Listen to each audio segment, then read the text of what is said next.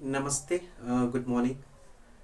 आज का जो टॉपिक है, आज के वीडियो में हम लोग भारतीय संविधान की प्रस्तावना के बारे में बात करेंगे। प्रस्तावना क्या होता है, प्रस्तावना कहाँ से लिया गया, इसकी भाषा कहाँ से ली गई है, प्रस्तावना का महत्व क्या है और उद्देश्य क्या है, लक्ष्य क्या है प्रस्तावना, इन सब चीज़ों के बारे में हम लोग डिस्कशन करेंगे। इस प्रस्तावना में संशोधन हो सकता है कि नहीं हो सकता है, इन सब चीज़ों पे हम चर्चा करेंगे। देखिए, प्रस्तावना अमूमन जितने भी किताब होते हैं सब में एक प्रीफेस होता है, एक सार होता है कि उस किताब में क्या है। उसी तरह भारतीय संविधान की प्रस्तावना है जो ये बताती है कि भारतीय संविधान में एक्चुअली में क्या है, भारतीय संविधान का मूल क्या है, भारतीय संविधान किस तरह के राज्य की, देश की या समाज को बनाने की परिकल्पना करता है। साथ ही भारतीय संविधान की प्रस्तावना ये भी बताता है कि इस संविधान का लक्ष्य क्या है, उद्देश्य क्या है, ये भारत के नागरिकों को क्या क्या चीज़ दे रहा है।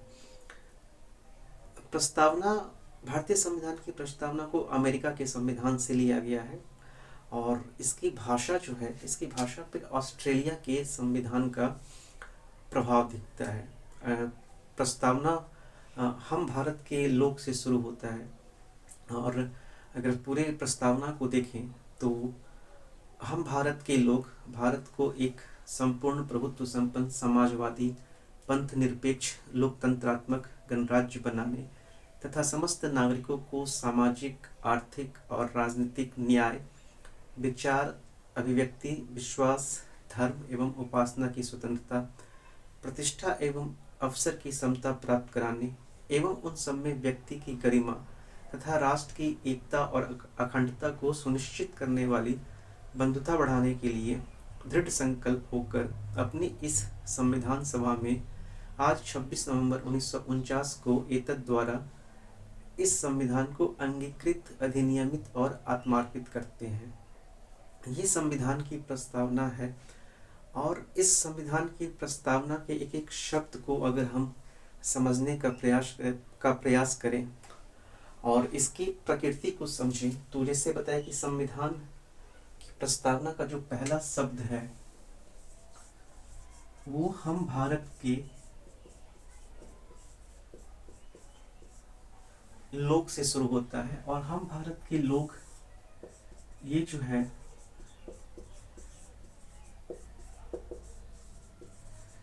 इसे भारतीय संविधान का स्रोत माना गया है। भारतीय संविधान को जो शक्ति मिलती है, भारतीय संविधान को जो ताकत मिलती है वो हम भारत के लोग से मिलती है। अमेरिका का संविधान भी we the people of United State से शुरू होता है और भारत का संविधान भी जो है की प्रस्तावना जो है हम भारत के लोग से शुरू होती है। तो ये भारत के संविधान का स्रोत है जो ये बता रहा है कि जो संविधान बना है वो भारत के लोगों के द्वारा बनाया गया है और भारत के लोगों ने ही उसको अधिनियमित किया है और अपने ऊपर उसको आत्मार्पित किया है, अपने ऊपर उसको स्वीकार किया है। ये चीज़ें हम भारत के लोग से पता चलती है। और 1953 में भारत संघ वर्सेस मोहन गोपाल केस आया था। इसमें जो सुप्रीम कोर्ट ने हम भारत के लोग जो शब्द है उसका उल्लेख किया था और बताया था कि ये जो शब्द है ये भारतीय लोगों के अधिकारों को प्राप्त करता है। हम भारत के लोग शब्द जो है भारतीय लोगों के अधिकार को प्राप्त करता है। अगर हम संविधान के स्वरूप की बात करें कि भारत का संविधान का स्वरूप क्या है या संविधान की प्रकृति क्या है और देश जो है कैसा होना चाहिए, राज्य कैसा होना चाहिए या किस तरह का समाज की परिकल्पना की गई है, वो संविधान के भारतीय संविधान के स्वरूप से पता चलता है, जिसमें 5 शब्द हैं। संपूर्ण प्रभुत्व संपन्न। पहला शब्द संपूर्ण प्रभुत्व संपन्न है, जो इस शब्द की अगर हम व्याख्या करें तो संपूर्ण प्रभुत्व संपन्न का मतलब ये हो गया कि भारत जो है अपने आंतरिक और विदेशिक मामलों के लिए स्वतंत्र है। वो अपने इंटरनल मैटर हो या एक्सटर्नल मैटर हो, वो किसी के दबाव में नहीं आएगा। उसके जो फैसले होंगे वो उन फैसलों को लेने के लिए इंडिपेंडेंट है। हालांकि इस पे भी कुछ क्रिटिसाइज हो जाता है, इसकी भी कुछ आलोचना हो जाती है कि जो भारत बहुत सारे जो संगठन हैं, जो वैश्विक संगठन है उनका मेंबर है, कॉमनवेल्थ का मेंबर है। तो इन सब देशों, जैसे कॉमनवेल्थ का मेंबर हो गया और भी संगठन का मेंबर है, उनके चलते भारत की जो जो निर्णय है वो कहीं न कहीं किसी दबाव में आ सकते हैं। तो ये सारी चीज़ों के बावजूद भी भारत, अगर कह सकते हैं कि ये भारत अगर कॉमनवेल्थ का मेंबर है तो स्वेच्छा से है, या किसी देश के साथ उसने संधि की हुई है, या किसी संगठन का वो मेंबर है तो वो स्वेच्छा से मेंबर है। वो जब चाहे उस चीज़ से निकल सकता है। इसके भारत के डिसीजन किसी ऑर्गेनाइजेशन के मेंबर होने पे उनके डिसीजन पे कोई फर्क नहीं पड़ता है। भारत अपने आंतरिक और बाह्य मामलों के लिए पूर्ण रूप से स्वतंत्र है। संपूर्ण प्रभुत्व संपन्न का मतलब ये हुआ। दूसरा है समाजवादी। ये एक्चुअली 1976 में 42वें संविधान संशोधन के द्वारा जोड़ा गया था। जब संविधान का निर्माण हो रहा था तो केटी शाह हैं, उन्होंने समाजवादी सेकुलर शब्द को जोड़ने की वकालत की थी, लेकिन इसे खारिज कर दिया गया था। ये 1976 में ऐड हुआ था 42वें संविधान संशोधन के द्वारा। अगर हम समाजवादी शब्द की बात करें तो समाजवाद शब्द का जो है डिफिनेशन या परिभाषा संविधान में उसका उल्लेख नहीं है। और आमतौर पे देखा जाए तो समाजवाद का जो मतलब है वो ये हो जाता है कि जो देश के संसाधन हैं, जो देश के रिसोर्सेज हैं, उन रिसोर्सेज का देश के सभी लोगों में समान रूप ढंग से न्यायपूर्ण तरीके से उचित बंटवारा हो। ये समाजवाद की परिभाषा हो जाती है। लेकिन भारत का जो समाजवाद है, भारत का समाजवाद मिश्रित समाजवाद की तरफ झुका हुआ है, जो कि जवाहरलाल नेहरू की समाजवाद का एक रूप है। इस समाजवाद में जो है ये समाजवाद ये बताता है कि जो भी संसाधन है वो सार्वजनिक और निजी संसाधनों पे सार्वजनिक और निजी स्वामित्व दोनों का सह अस्तित्व रहेगा। लेकिन जो प्रिविलेज है, जो प्राथमिकता है, वो सार्वजनिक संस्थानों को दी जाएगी। ये समाजवाद की परिभाषा हो जाती है। तीसरा आपका शब्द होता है पंथ निरपेक्ष। पंथ निरपेक्ष की भी जो परिभाषा है वो संविधान में सही तरीके से परिभाषित नहीं की गई है। और Saint Xavier's college versus Gujarat सरकार का एक फैसला आया था 1974 में। हालांकि इसको 1976 में इसको भी जोड़ा गया था 42वें संविधान संशोधन के द्वारा। लेकिन इस फैसले में कोर्ट ने धर्मनिरपेक्ष शब्द का उल्लेख किया था। और ये जो धर्मनिरपेक्ष शब्द है इसको एक सकारात्मक धर्मनिरपेक्ष बताया था। जैसे यूरोप की कंट्री में नकारात्मक धर्मनिरपेक्ष का चलन है, वहाँ पे धर्मनिरपेक्षता मतलब हो गया कि आप किसी भी धर्म को नहीं मानते हैं। लेकिन भारत के परिप्रेक्ष्य में अगर हम देखें तो भारत में सकारात्मक धर्मनिरपेक्ष है, जिसका मतलब ये हुआ कि भारत राज्य का कोई अपना धर्म नहीं होगा। राज्य सभी धर्मों को का सम्मान करेगा और किसी एक विशेष धर्म का पालन नहीं करेगा। धर्मनिरपेक्षता के बाद लोकतंत्रात्मक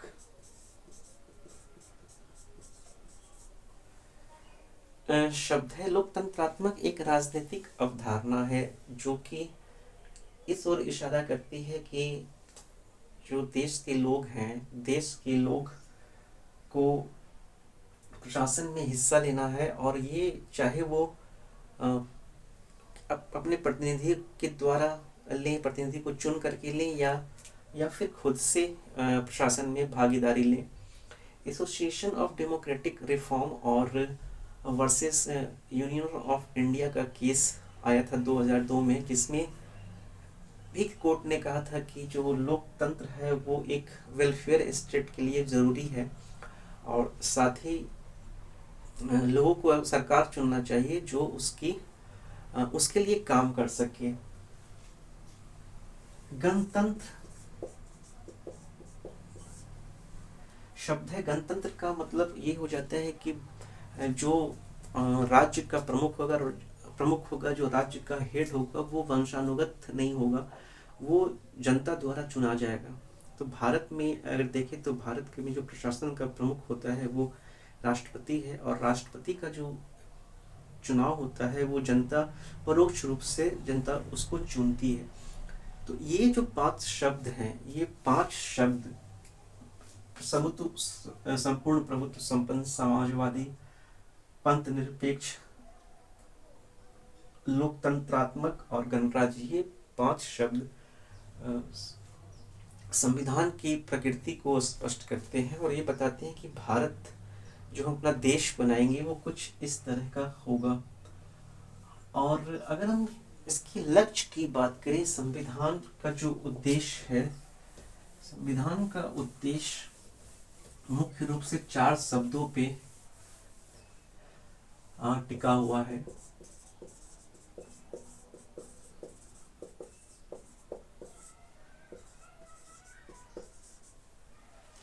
उद्देश्य ये बताता है कि हम भारत जो है, भारत के नागरिक हैं, उनको हम क्या दे रहे हैं। तो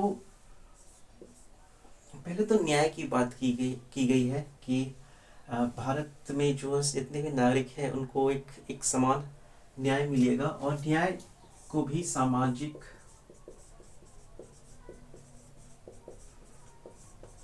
आर्थिक एवं राजनीतिक, जो संविधान है वो भारत के लोगों को सामाजिक, आर्थिक और राजनीतिक न्याय देने की बात करता है। सामाजिक न्याय देने का उद्देश्य था जाति प्रथा को खत्म करना, समाज में हर लोगों को बराबर का हक मिले। आर्थिक न्याय की जो बात है वो समान काम के लिए समान वेतन की व्यवस्था करके जो भारत के नागरिकों को एक आर्थिक न्याय जो है वो दिया जा सकता है। और राजनीतिक न्याय से तात्पर्य ये है कि भारत के हर लोग जो है वो इलेक्शन लड़ सकते हैं, वो चुनाव लड़ सकते हैं, शर्त ये है कि वो पागल या दिवालिया ना हो। तो जो संविधान का उद्देश्य पहला है कि वो न्याय देने की बात करता है, जो कि सामाजिक, आर्थिक और राजनीतिक, ये न्याय, ये 3 तरह के न्याय है जिसको कि देने की बात करता है। अगला है स्वतंत्रता। स्वतंत्रता में भी विचार की स्वतंत्रता है, अभिव्यक्ति की स्वतंत्रता है, विश्वास, धर्म एवं उपासना, ये 5 तरीके की स्वतंत्रता की बात की गई है। आप अपनी अभिव्यक्ति जो है उसको एक्सप्रेस करने के लिए आप इंडिपेंडेंट हैं, आप फ्री हैं, आप अपने विचारों को रखने के लिए फ्री हैं, आप जिस धर्म को मानते हैं उसको मानने के लिए फ्री हैं, आप उपासना जिस भी भगवान की पूजा करते हैं, आप इन सब चीज़ों के लिए फ्री हैं। ये जो है भारतीय संविधान भारत के नागरिकों को ये अधिकार देता है। ये भारतीय संविधान का लक्ष्य है एक तरीके से नागरिकों को देने की। तीसरा शब्द है, इसमें समता, समानता की बात की गई है, जो कि भारतीय नागरिकों को प्रतिष्ठा एवं अवसर की समानता की बात करता है। अवसर की समानता से लोक नियोजन में है कि सभी को नौकरियों में बराबर का अधिकार है। धर्म, जाति, मूल वंश, लिंग या जन्म के स्थान के आधार पे कोई विभेद नहीं होगा। तो ये समता की बात की गई है। इसके अलावा व्यक्ति की गरिमा,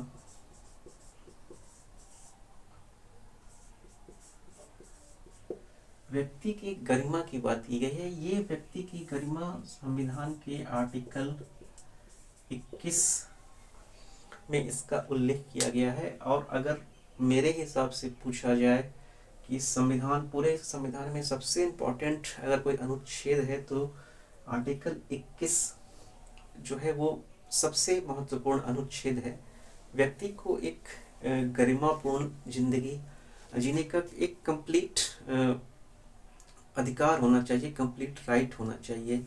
चाहे वो भिखारी हो, चाहे वंचित हो, शोषित हो, किसी भी समाज का कोई भी तबका हो, कोई भी व्यक्ति हो, उसको एक गरिमापूर्ण जिंदगी जीने का एक कंप्लीट राइट होना चाहिए। और सरकार को ये करना चाहिए। कोई भी व्यक्ति हो, हर आदमी को एक ये मिलना चाहिए, गरिमापूर्ण जो लाइफ है। इसके अलावा बंधुता, जो चौथा शब्द है, बंधुता की बात की गई है। इसमें एक चीज है, स्वतंत्रता, समता और बंधुता। ये तीन शब्द जो है ये फ्रांस के संविधान से लिया गया है तथा सामाजिक, आर्थिक और राजनीतिक, ये जो है ये रूसी क्रांति से प्रेरित होकर के इसी संविधान की प्रस्तावना में लिया गया है। सामाजिक, आर्थिक और राजनीतिक न्याय, और इसके अलावा स्वतंत्रता का अधिकार, समता और बंधुता। बंधुता फ्रेटर्निटी को कहा जाता है। बंधुता भाईचारे से संबंधित है और बंधुता ऐसी होनी चाहिए जो कि जिससे कि राष्ट्र की एकता एवं कहते हैं कि क्या संविधान में संशोधन, संविधान की प्रस्तावना में संशोधन हो सकता है या नहीं। तो 1960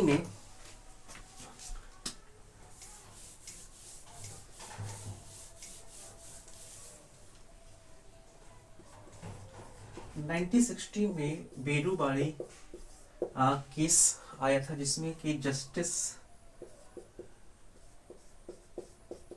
गजेंद्र गढ़कर थे, जिन्होंने कहा था कि जो प्रस्तावना है वो संविधान का हिस्सा नहीं है।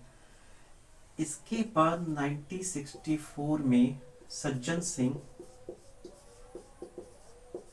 वर्सेस राजस्थान सरकार का फैसला आया था, जिसमें कि जस्टिस मधोलकर थे। इन्होंने कहा था कि जो सुप्रीम कोर्ट को कि जो बेरूबाड़ी केस में जो जजमेंट आया है उस पर पुनर्विचार किया जाना चाहिए। अंत में 1973 में केशवानंदन भारती वर्सेस केरल राज्य का फैसला आता है 24 अप्रैल को। इसमें जो CJI होते हैं वो जस्टिस सीकरी होते हैं। इन्होंने ये 13 जजों की बेंच थी और अब तक के भारत की सबसे बड़ी बेंच मानी जाती है। इन्होंने ये फैसला दिया था कि जो प्रस्तावना है वो संविधान का अभिन्न हिस्सा है और प्रस्तावना में आर्टिकल 368 के तहत संशोधन हो सकता है। शर्त ये है कि जो संशोधन होगा वो बेसिक स्ट्रक्चर को वायलेट ना करता हो। लेकिन प्रस्तावना में जो ये शब्द हैं, ये शब्दों को बेसिक स्ट्रक्चर माना जाता है और जो कानून बनते हैं या जो बातें होती हैं जो इसके अगेंस्ट होती हैं, तो ये जो है मूल भावना के अगेंस्ट माना जाता है। इससे संबंधित कुछ क्वेश्चन हैं जो कि काफ़ी इम्पोर्टेंट है। जैसे एक है कि 26 जनवरी 1950 को भारत की वास्तविक संवैधानिक स्थिति क्या थी। तो इसमें अगर 26 जनवरी 1950 की बात करें तो उस समय समाजवादी पंथ निरपेक्ष शब्द नहीं जुड़ा था।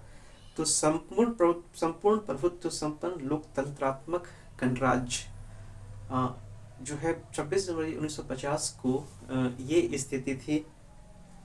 इसके अलावा 42वें संविधान संशोधन 1976 में हुआ था, जिसमें कि समाजवादी पंथ निरपेक्ष और अखंडता शब्द जो है उसको जोड़ा गया था। और प्रस्तावना से संबंधित जो अनुच्छेद है वो 42वां जो भी संशोधन हुए हैं वो 42वें संविधान संशोधन के द्वारा हुए थे। इसमें इस जो 42वां संविधान संशोधन है वो इम्पोर्टेंट हो जाता है। और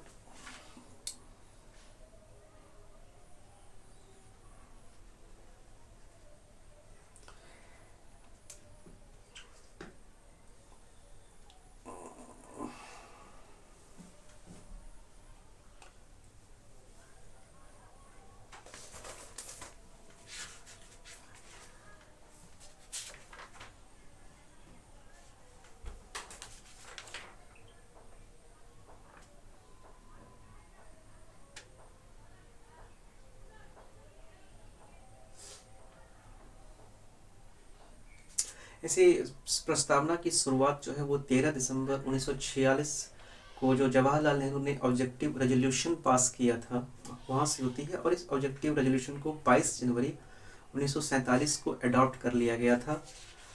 ये एक इम्पोर्टेंट पॉइंट है। इसके अलावा N.A. पालकीवाला है जिन्होंने की प्रस्तावना को संविधान का परिचय पत्र कहा था। यहाँ से एक महत्वपूर्ण प्रश्न ये हो जाता है